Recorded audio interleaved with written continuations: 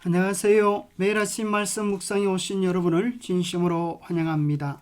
12월 10일 화요일, 아들을 아는 것이 아버지를 아는 것이라. 생각할 문제, 예수님과 아버지의 관계에 대해, 예수님은 아버지와의 관계에 대해 우리에게 무엇을 가르쳐 주시는가? 예수님을 통하여 우리는 아버지에 대한 어떤 오해들을 해결할 수 있는가? 오늘 우리에게 주는 교훈은 무엇인가? 요한복음 7장 16절, 예수께서 대답하여 이르시되 내 교훈은 내 것이 아니요 나를 보내신 이의 것이니라. 나는 내 아버지에게서 본 것을 말하고 너희는 너희 아비에게서 들은 것을 행하느니라. 내가 아버지 안에 거하고 아버지는 내 안에 계신 것을 내가 믿지 아니하느냐? 내가 너희에게 이르는 말은 스스로 하는 것이 아니라 아버지께서 내 안에 계셔서 그의 일을 하시는 것이라. 예수께서 대답하여 이르시되 사람이 나를 사랑하면 내 말을 지키리니 내 아버지께서 그를 사랑하실 것이요 우리가 그에게 가서 그치를 그와 함께 하리라. 나는 포도나무요 내 아버지는 농부라. 아버지께서 나를 사랑하신 것 같이 나도 너희를 사랑하였으니 나의 사랑 안에 거하라.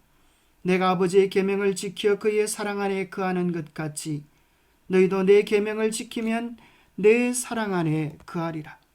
이는 너희가 나를 사랑하고 또 내가 하나님께로부터 온 줄을 믿었으므로 아버지께서 친히 너희를 사랑하심이라. 내가 아버지에게서 나와 세상에 왔고 다시 세상을 떠나 아버지께로 가노라 하시니. 예수님은 이 땅에 오셔서 하나님의 사랑이 무엇인지를 온전히 드러내셨습니다. 예수님은 아버지와 온전한 일체되심을 나타내셨습니다. 그분이 하시는 일들, 행하는 일들, 그 모든 것들은 아버지를 통하여 하시는 일이다라고 말씀하시면서 이 세상에 오해된 아버지를 온전히 드러내 주셨습니다. 요한복음 전체에서 사도는 아들이신 예수께서 어떻게 아버지를 가리키며 활동하는지 설명합니다. 예수님은 아버지가 어떤 분인지 설명하고 아버지가 이 세상을 어떻게 대하는지를 보여줍니다. 이는 모두 아버지를 알려주신 엑세게오마이, 주석이 이 단어에서 나왔습니다. 요한복음 1장 18절의 말씀과도 일치합니다. 예수님은 아버지를 설명해 주시고 알려주시고 알지 못하는 사람들에게 아버지를 분명히 드러내 주셨습니다. 아버지라는 단어는 요한복음에서 136번, 요한2서 3서에서 18번 기록되었는데 이는 신약 전체 사용 횟수의 3분의 1이 넘습니다. 특히 예수님의 고별 설교는 복음서 가운데서 아버지에 대해 알려주는 최고의 말씀입니다. 예수님은 이 땅에서 아버지의 대리인으로 인성을 입으시고 아버지의 뜻을 이루기 위해 오셨습니다. 실제로 예수님은 모든 일에서 자신이 아닌 아버지의 뜻을 행하려 하신다고 말씀하셨습니다. 예수님을 통하여 우리는 아버지에 대한 어떤 오해들을 해결할 수 있습니까? 흔히 많은 사람들이 어떤 사람들이 생각하기를 구약의 아버지 하나님은 무슨 분이고 신약의 성자 예수 그리스도는 사랑이신 분으로 오해하는 분들이 많이 계십니다. 구약은 율법을 나타내고 신약은 복음을 나타낸다고 오해하기도 합니다. 요한복음 5장 39절은 우리 주님이 이렇게 말씀하십니다. 너희가 성경에서 영생을 얻는 줄 생각하고 성경을 연구하거니와 이 성경이 곧 내게 대하여 증언하는 것이니라. 예수님께서 이렇게 말씀하셨습니다. 너희가 성경에서 영생을 얻는 줄 생각하고 성경을 상고하거니와 이 성경, 예수님께서 보이신 그 성경은 어떤 성경일까요? 그 당시에는 신약 성경이 아직 기록되어지지도 아니했습니다. 그래서 분명히 그 시대적 배경으로 본다면 문맥상 이 성경은 구약 성경을 가리킵니다. 흔히 우리는 구약 성경은 모세요, 구약 성경은 율법에 대한 것이라 생각하지만 예수님 말씀하시기를 이 성경, 이 구약 성경도 예수 그리스도에 대하여 정언하는 것이라고 말씀합니다. 특별히 창세기 3장 15절은 인류가 예수 그리스도의 희생을 통하여 어떻게 구원받을지에 대한 놀라운 복음이 기록된 것입니다. 구약은 율법이고 신약은 복음이다라고 하는 인간의 단순한 분리는 큰 오해임을 우리에게 지적해 주는 말씀입니다. 달리 말하면 많은 사람들이 율법은 무섭고 두려운 것이고 십자가는 사랑이라고 이야기하지만 이 모든 것들은 하나님의 큰 계획 속의 하나입니다. 하나님이 세상을 이처럼 사랑하사 독생자를 주셨으니 이는 그를 믿는 자마다 멸망하지 않고 영생을 얻게 하려 하심이라 라고 하는 이 성경의 성경, 복음 중의 복음은 어쩌면 독생자 예수 그리스도의 사랑보다 더 크게 그를 보내신 하나님의 더 크고 놀라운 사랑을 묘사하고 있는 것입니다. 우리는 그 사랑의 절정을 모리아 제단에서 이삭을 드린 아브라함의 심정 속에서 발견합니다. 이삭을 시험하는 시험이었습니까? 아브라함의 믿음을 시험하는 시험이었습니까? 이삭도 쉽지 않은 시험이었지만 그 시험은 본질적으로 아브라함의 가슴을 찢어놓는 시험이었습니다. 아버지가 아들을 얼마나 사랑하는지, 사랑하는 아들을 내어주는 것이 얼마나 힘이 드는지를 경험한 과정이었습니다. 이 경험을 통하여 아브라함은 하나님의 심정을 이해하게 되어졌고 드디어 하나님의 벗이라 불려지게 된 놀라운 사실을 우리는 야고보서 2장을 통하여 발견하게 되는 것입니다. 아버지와의 관계에 대한 예수님의 주장은 경이롭습니다.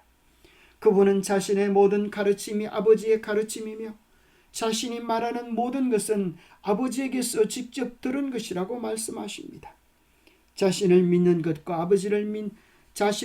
것은 아버지를 믿는 것과 같고 그분의 말씀과 행동은 모두 아버지에게서 나온 것이며 자신과 아버지는 인류의 구원을 위해 사랑하고 일하시는 데 있어서 하나라고 주장하십니다.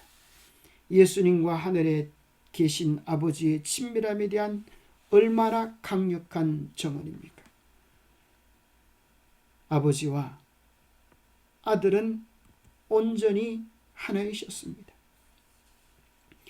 오해된 하나님의 의따심이 이 땅에 오신 예수 그리스도의 삶과 생애를 통하여 풀어지셨다.